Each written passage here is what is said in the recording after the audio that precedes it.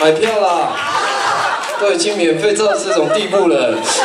好啦，下次见到你，我也不知道什么时候，但如果有机会的话，你们去网络上，我们有粉丝页吧。然后就对，我是都兰村，目前为止都兰村而已啊，都兰村目前为止粉丝页最多人的一个，也只有都兰村了。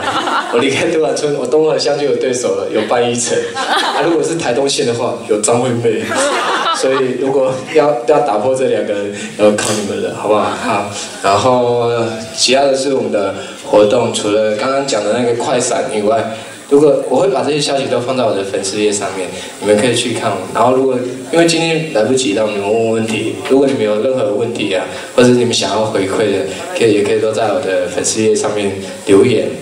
因为我的部落的弟弟妹妹他们都会看，他们每次在网咖偷玩电动玩具的时候，我都会进去网咖里面，然后全部的电脑萤幕全部变成我的粉丝。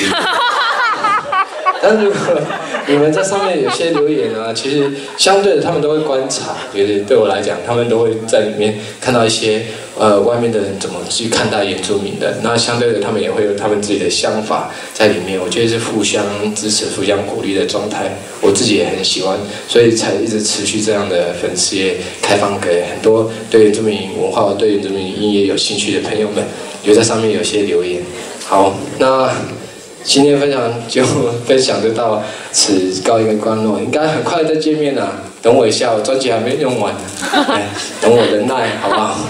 好，然后，这是刚刚的，有帅哦，对，可能跟照片有差。好，那谢谢各位同学，谢谢你们。